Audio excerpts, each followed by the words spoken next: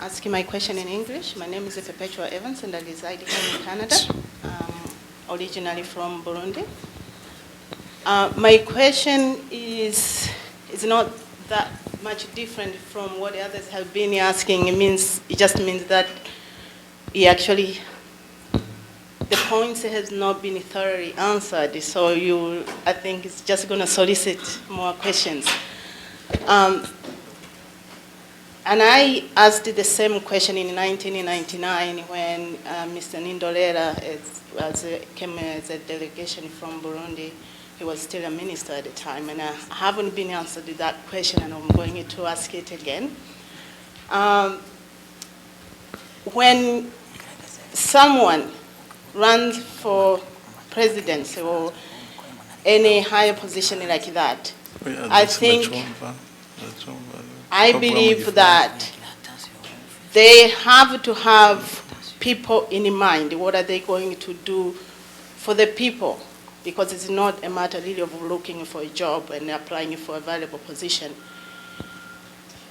The problem of Burundi, you might say right now, it looks like you're trying to solve what has emerged as a conflict of rejecting his third mandate, or however they may call it. But is that really the problem, or is it the problem, the ethnic problem, that is still undermining Burundi that has been going on since independence?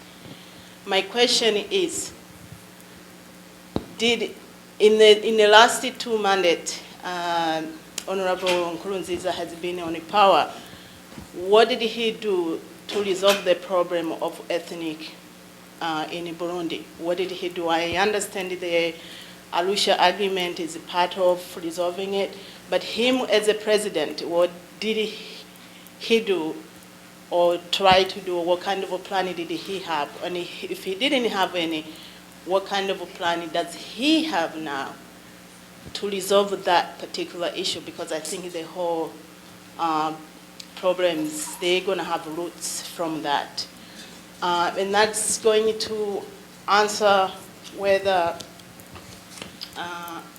the security is working now, or should we feel secure to live in Burundi right now? Should we feel safe for our families who are there? If you're able to answer me that question, what is the plan, the exact plan he has? Because I can solve a problem. If my daughter gets sick right now, I'm going to run to the hospital. That's my immediate reflex.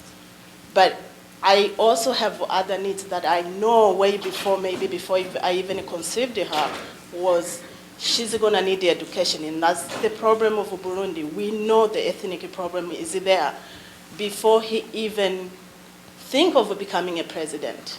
What has he been doing? What is he doing to solve that problem? Thank you.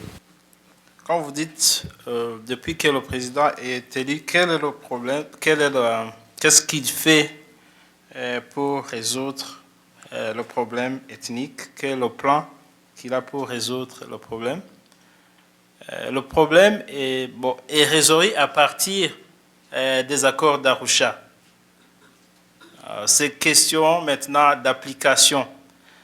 Parce que selon les propositions de l'accord d'Arusha, à partir même des pourcentages au niveau de l'administration, au niveau des postes ministériels, c'est déjà une solution. Le fait de dire vous allez occuper tel pourcentage, les Tutsis, vous allez occuper tel pourcentage, dans l'armée, vous allez occuper 50%, les autres 50%, parce que c'est déjà une solution, parce que ça a été décidé à l'accord d'Arusha. Si on va par exemple au niveau de l'armée, si on a choisi 50% et l'autre partie 50%, la raison profonde qui a motivé ce pourcentage, c'est la sécurité. Il faut que chaque ethnie se sente en sécurité.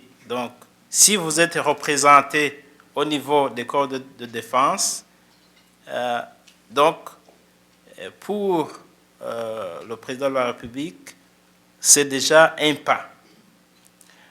Maintenant, ce que nous observons, c'est que pour la mise en application de ces quotas ethniques, c'est toujours difficile parce que une fois les accords d'Arusha sont appliqués depuis 2000,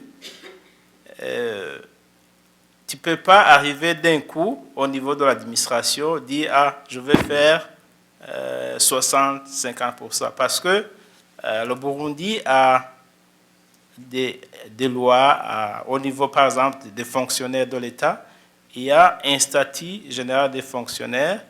Un fonctionnaire a un statut qui le régit depuis l'entrée à la fonction publique jusqu'à la fin de sa carrière. Tu ne peux pas arriver d'un coup, toi tu es de telle ethnie, il faut sortir, toi tu es de telle ethnie, il faut sortir. Ça ne se fait pas comme ça.